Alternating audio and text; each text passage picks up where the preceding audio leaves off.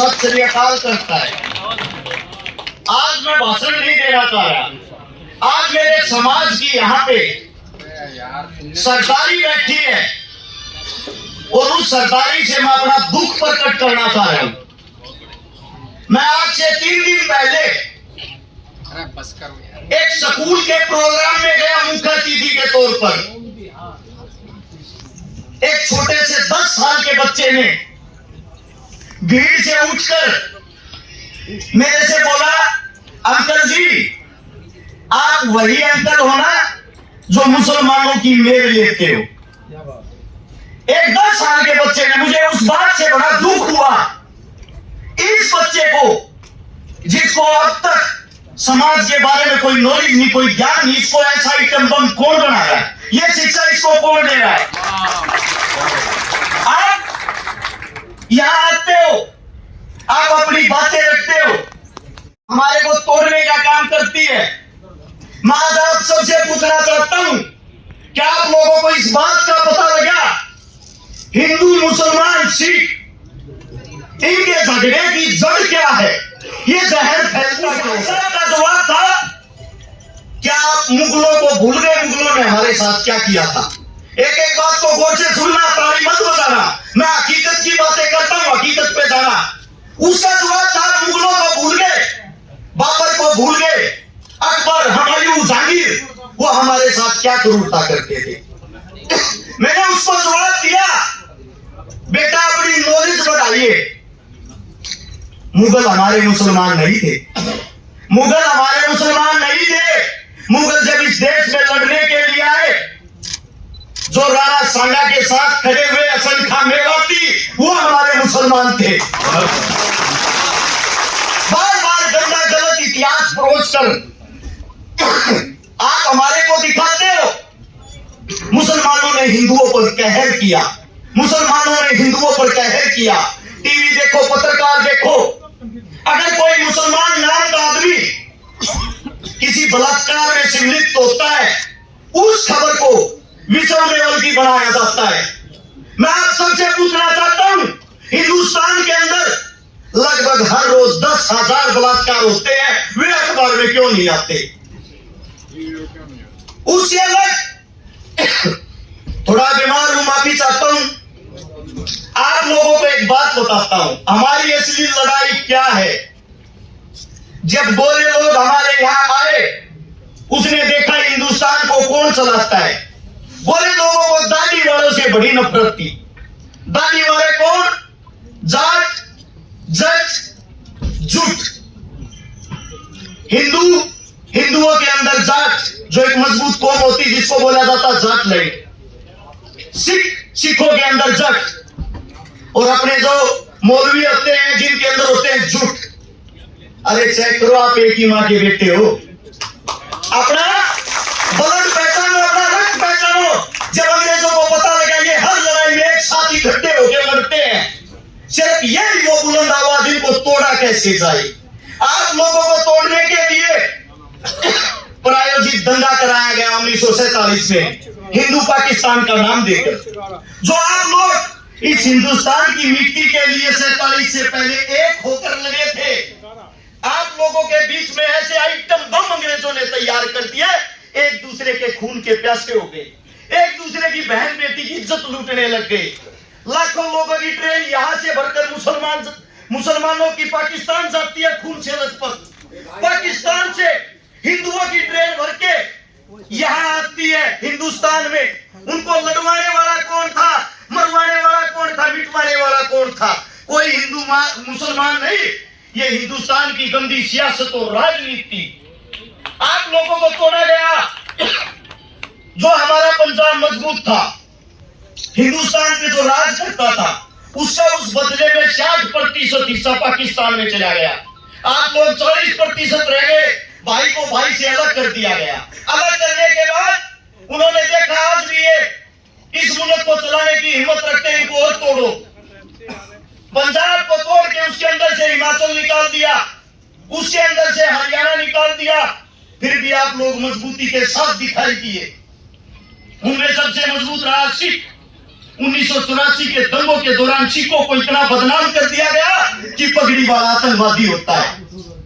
उसके बाद बचता है मुसलमान जो आज इस पीड़ा को झेल रहा है। उसके बाद बचता है जाट जो 2016 के जाट आरक्षण के दौरान जातीय दंगों को करा के आप लोगों को भी बदनाम कर दिया गया। हमारे हरियाणा का सीएम कौन है? उसके नाम को जानते हो आप? खट्टर। कहां से आते हैं खट्टर? कहां के थे? पाकिस्तान में रहने वाले जो प्यार से हमने अपने हिंदुस्तान के मुल्क में रखे, पाकिस्तान से हिंदुस्तान में हमने बसाया, और आज जब हम आंदोलन करते हैं वो हमारे को पाकिस्तानी कहते हैं, जो हमारे सीएम खुद वहां के थे। इस देश का दुर्भाग्य है। मैं बार बार एक बात कहता हूं, नरेंद्र मोदी साहब जो खुद एक तेली जाति से संबंध रखते हैं, तेली जाति किसके अधीन आती है, किसके अंदर आती है, और आप इस देश को आपस में हिंदू मुसलमान करवा के लड़वाते हो। जिस धरती पर आज आप बैठे हो, जहां पे इस दिल्ली के अंदर जब ये पगड़ियां, ये टोपियां और ये दाढ़ी वाले एक थे, ये दिल्ली हमारी दुल्हन होती थी। आज बड़ा दुख है, दिल्ली को कौन चला रहे? जो दिल्ली के दरबारों में झाड़ू पोछा करते थे, उनके लोग कहां चले गए? वो असली मालिक, क्योंकि कोई भी प्रोग्राम करवा लो वही राजनीति घुस जाती है। मुझे दुख है जब हम किसी पीड़ा को झेलते हैं, हम अकेले होते हैं उस संघर्ष में, हमारे खिलाफ हमारे अपने लोगों को कर दिया जाता है। आज एक बात बताता हूं, जहां जिस धरती पे खड़े हैं, जो आखिरी लड़ाई थी 1857 की, जब मुगल खत्म होने वाले थे, यहां का जो आखिरी राजा था बहादुर शाह जफर, जिसकी उम्र हो गई थी 80 साल। दो चीजें होती थी, एक तो होती थी रियासत का राजा दूसरे राजा के साथ लड़ता था, चाहे वो हिंदू हो, मुसलमान हो, जाट हो, राजपूत हो, अपने क्षेत्र को बढ़ाने के लिए। रियासत से अलग होता था देहात। बात करता हूं देहात की। देहात ने कभी किसी की गुलामी नहीं की। आप वही देहाती लोग हो जिसने किसी की गुलामी नहीं की। सबसे बड़ी फौज आप लोगों की होती थी, जेरी फरसे गंडासे से अच्छी सल्तनत कांपती थी। जब बहादुर शाह जफर को अंग्रेज कैद करने के लिए आए, वही राजा जिससे हिंदुस्तान हिलता था, वही मुगल पूत भागकर दिल्ली के जिस पृथ्वी पे, जिस कोने पे आप बैठे हो, यही गांव था छोटा सा जिसका नाम था मालचा गांव की शरण में आता है।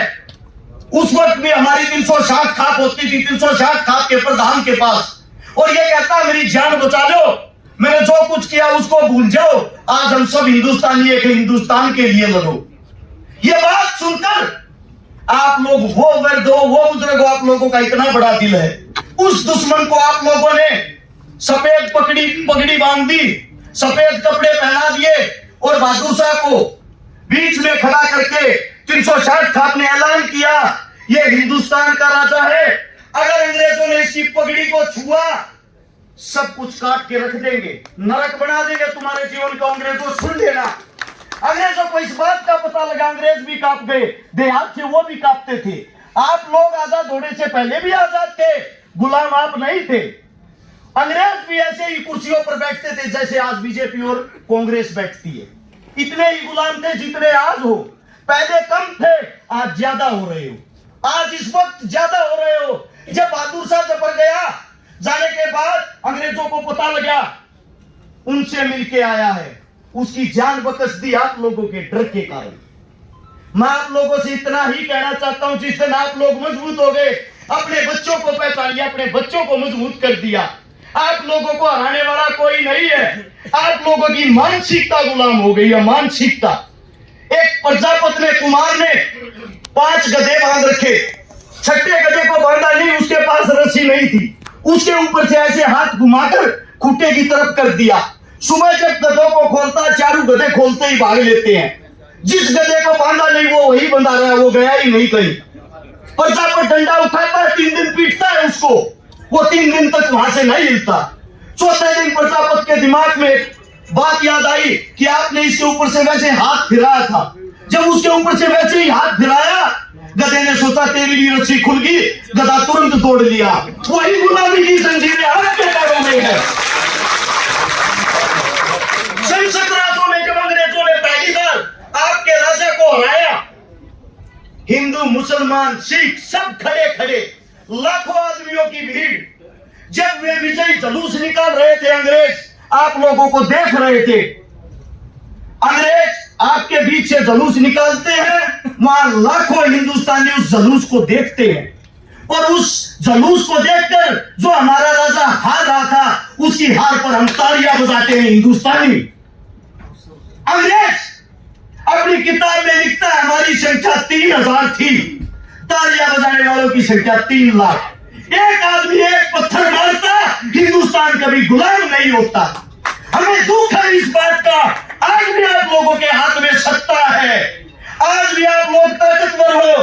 बाबा साहब भीमराव अम्बेडकर ने तलवार की जगह आपको उंगली की आजादी दी है। इस उंगली से बड़े राजा का विनाश कर सकते हो। लेकिन बहुत बड़ा दुख, मैं यहाँ पीछे बैठ के देख रहा था, जब हमारा बुजुर्ग कोई यहाँ आके बोलता है, पब्लिक शोर शराबा करना शुरू कर देती है। अरे आप 4-5 घंटे नहीं बैठ सकते, क्या क्रांति लाओगे? अपने बड़ों का मान सम्मान नहीं कर सकते, क्या क्रांति लाओगे? सबसे पहले आप सभी को एक ही बात कहूंगा, ये जो नफरत का जहर हमारे बच्चों के अंदर फैला है, उस पर विचार विमर्श करें कैसे रोका जाए। सोशल मीडिया पर हिंदू मुसलमान करने वालों की उम्र गारंटी देता हूं किसी एक की भी 30 साल से ऊपर नहीं है। 15 साल से 30 साल के बच्चे, क्योंकि उन्होंने किताबों को पढ़ा है, टीवियों को देखा है, उन्होंने जमीन पर सर रच करके धरातल को नहीं पढ़ा, उन्होंने अपने बुजुर्गों को नहीं पढ़ा। मेरे से एक मौलवी साहब कह रहे थे अभी प्रोग्राम में नौर में, हर्ष बेटा कितना पढ़ा है? मैंने मौलवी साहब को कहा, मौलवी साहब पढ़ा हुआ तो नहीं हूं, पर कटा हुआ हूं। हर रोज अपने बुजुर्गों से नई नई बातें सीखता हूं, अपने बुजुर्गों से सुनता हूं, और वही आप लोगों के बीच में बताता हूं। मैं इस पंचायत के अंदर हाथ जोड़ के अपने जो आखिरी शब्द है वो यही कहता हूं, जो भी माइक पर बोले बुजुर्गों का मान सम्मान रखे, इनके कद का मान सम्मान रखे। आप इनका मान सम्मान नहीं करोगे तो कौन करेगा? चाहे वो कितनी भी देर बोले, उसकी बात को समझने की कोशिश करें। दूसरी बात, कोई ना कोई ऐसी बातें, ऐसा फैसला जरूर ले। चुनाव नजदीक है, दोबारा से यही बनेगा, आप लोगों को गुलाम बना दिया जाएगा। अब आते टाइम भी मेरे पास कॉल आई थी सरकार के किसी नुमाइंदे की, बेटा अरस के कारण तुम मेवात में जो तुमने रोल लिया है ना, उसका तुम्हें बहुत जल्दी गिफ्ट मिलेगा। मैं बोला जी क्या गिफ्ट दोगे? मेरा जल्दी तेरे पे बलात्कार का मुकदमा दर्ज होगा। मैंने कहा मैं अपनी पत्नी से अलग हर औरत को बहन कह के बोलता हूँ।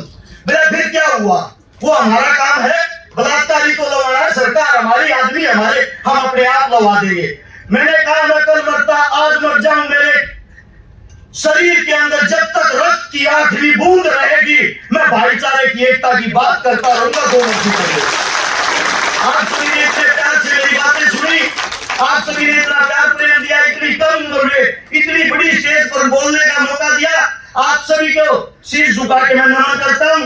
नमस्कार और जय हिंद।